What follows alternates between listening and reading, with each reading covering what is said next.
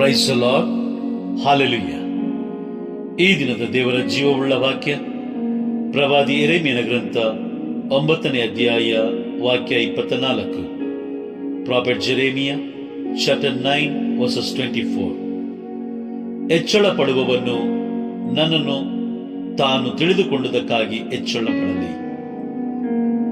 ಜಗದಲ್ಲಿ ಅಚಲ ಪ್ರೀತಿಯನ್ನು ನ್ಯಾಯ ನೀತಿಯನ್ನು ತೋರ್ಪಡಿಸುವ ಸರ್ವೇಶ್ವರ ನಾನೇ.